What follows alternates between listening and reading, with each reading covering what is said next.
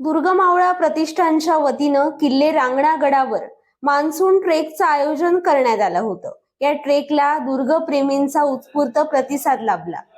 दुर्गमावळा प्रतिष्ठानच्या वतीनं आयोजित करण्यात आलेल्या सह्याद्री पट्ट्यातील रांगणा गडावरील मान्सून ट्रेकिंगला दुर्गप्रेमींचा उत्स्फूर्त प्रतिसाद लाभला।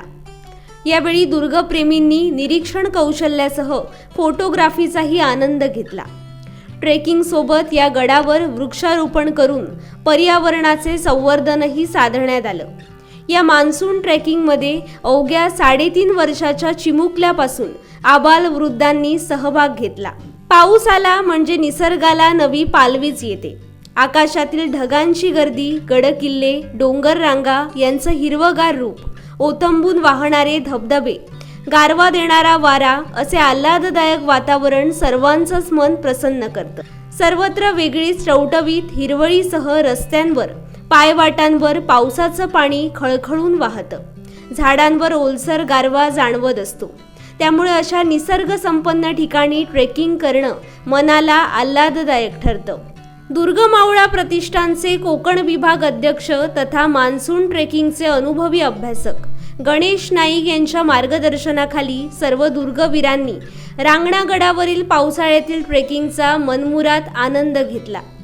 गडावर फुलणारी फुले, झरे, धबधबे, छोटे सरपटणारे प्राणी, विविध प्रकारचे किडे, पक्षी यांच्या निरीक्षण कौशल्यासह फोटोग्राफीचाही दुर्गवीरांनी आनंद घेतला।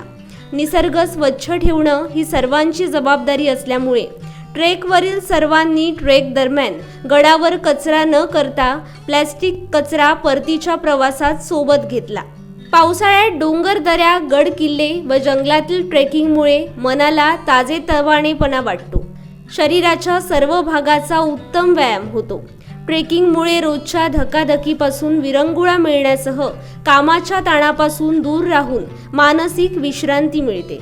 त्यामुळे दुर्गप्रेमींसह निसर्गप्रेमींनी पावसाळी ट्रेकिंगची संधी दवडू नये असे आवाहन गणेश नाईक यांनी केले आहे।